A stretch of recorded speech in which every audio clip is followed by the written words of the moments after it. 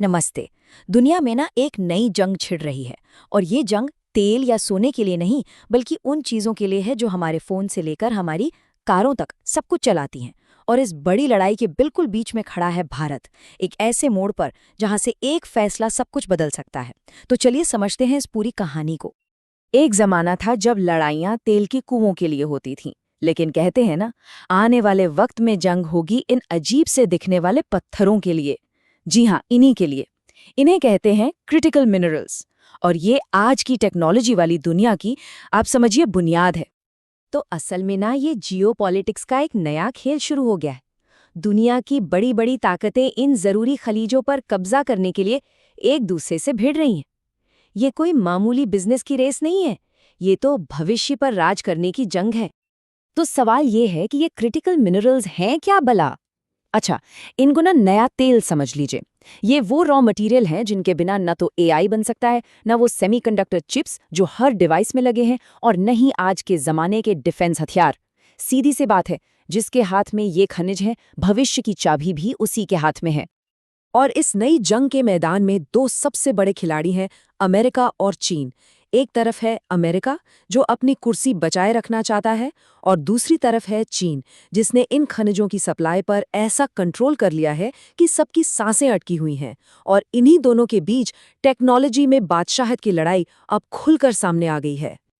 ये मामला और भी गर्म हो गया अक्टूबर 2025 में, जब चीन ने एक बहुत बड़ा दांव खेला। उसने अमेरिका को रेयर अर्थ मैग्नेट भेजना ही बंद कर दिया। इसका असर जबरदस्त और फौरन हुआ। अमेरिका भी चुप नहीं बैठा। जवाब में उसने चीन को मिलने वाले high and Nvidia AI chips पर रोक लगा दी। बस यहीं से एक खुले टेक ट्रेड वॉर की शुरुआत हो गई, जिसके झटके पूरी दुनिया को लगे। और चीन के सिर्फ इस एक मूव का असर देखिए। अमेरिकी बाजार से रातों रात लगभग 1.5 ट्रिलियन डॉलर उड़ गए। ये पूरी दुनिया के लिए एक वेकअप कॉल था। चीन ने दिखा दिया था कि उसने अमेरिका की दुखती रग पकड़ ली है। अब इतने बड़े झटके के बाद अमेरिका हाथ पे हाथ धरे तो नहीं बैठ सकता था। उसने पलटवार करने की ठानी, और चीन के इस दबदबे को तोड़ने के लिए एक नया, आप कह सकते हैं, एक नया ग्रुप, एक नया स्ट्रेटेजिक अलायंस बनाया। मकसद ये था कि दोबारा ऐसी नौबत ही ना आए। इस नए गुट को नाम दिया गया पैक्स सिलिका। ये नाम पैक्स रोमाना से लिया गया है, जिसका मतलब था रोमन शांति। तो पैक्स सिलिका का मतलब हुआ सिलिकॉन से शांति। मतलब जो सिलिकॉन चिप्स बनाने के काम आता है, उसकी सप्लाई को लेकर शांति। दिसंबर 2025 में ये इनिशिएटिव शुरू हुआ, और इसका सीधा सा मकसद था चीन पर निर्भर हुए बिना अपने दोस्त देशों के साथ मिलकर एक सेफ सेमीकंडक्टर सप्लाई चेन बनाना। अब इसके फाउंडिंग मेंबर्स को देखिए। इसमें ऑस्ट्रेलिया, जापान, साउथ कोरिया जैसे टेक्नोलॉजी के धुरंधर थे। तो वहीं सिंगापुर और यूएई जैसे देश भी थे, जो अपनी लोकेशन की वजह से बहुत ज़रूरी हैं। मतलब हर देश को बहुत सोच समझकर चुना गया था, ताकि ये सप्लाई चेन हर तरह से मजबूत हो। लेकिन इस पूरी लिस्ट में एक बहुत बड़ा नाम गायब था। एक ऐसा नाम जिसे देखकर सब चौंक गए, भारत। जी हाँ, शुरू में भारत को इस ग्रुप में शामिल होने का न्योता ही नहीं दिया गया। और इस बात ने दुनिया भर के एक्सपर्ट्स के बीच एक नई बहस छेड़ दी।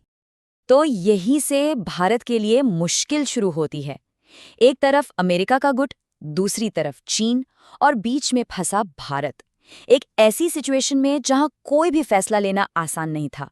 हर कदम फूक फूक कर रखना था। फिर जनवरी 2026 में कहानी में एक नया मोड़ आया।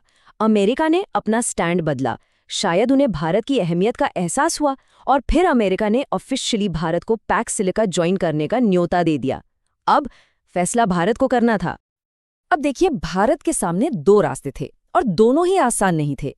अगर अमेरिका का ग्रुप ज्वाइन करते हैं तो फायदा यह है कि टेक्नोलॉजी की सप्लाई पक्की हो जाएगी, पर नुकसान, चीन बुरी तरह नाराज हो जाएगा, और हम बहुत से जरूरी खनिजों के लिए उसी पर निर्भर हैं।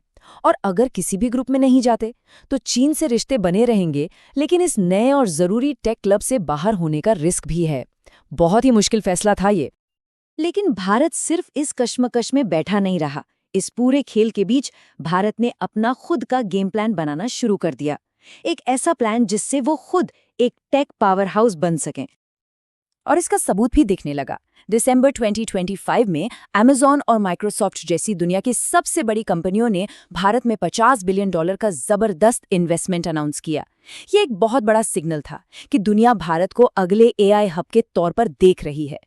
भारत ने भी एक के बाद एक कई बड़े कदम उठाए। एक तो अपने लिए इन जरूरी खनिजों का इंतजाम करने के लिए अपना खुद का क्रिटिकल मिनरल मिशन शुरू किया।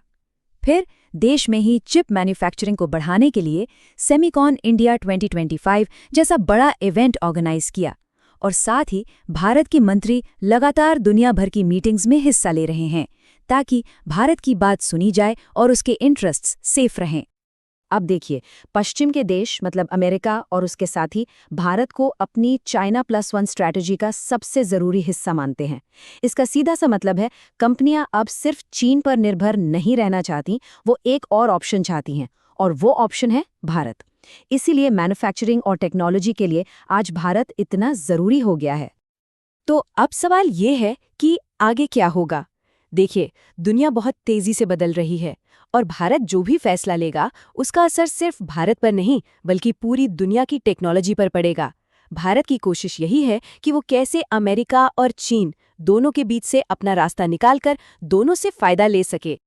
तो सबसे बड़ा सवाल यही है कि क्या किसी का भी पक्ष लिए बिना यानी नॉन अलाइन रहकर भारत इस नई दुनिया में अपनी एक अलग, एक मजबूत जगह बना सकता है?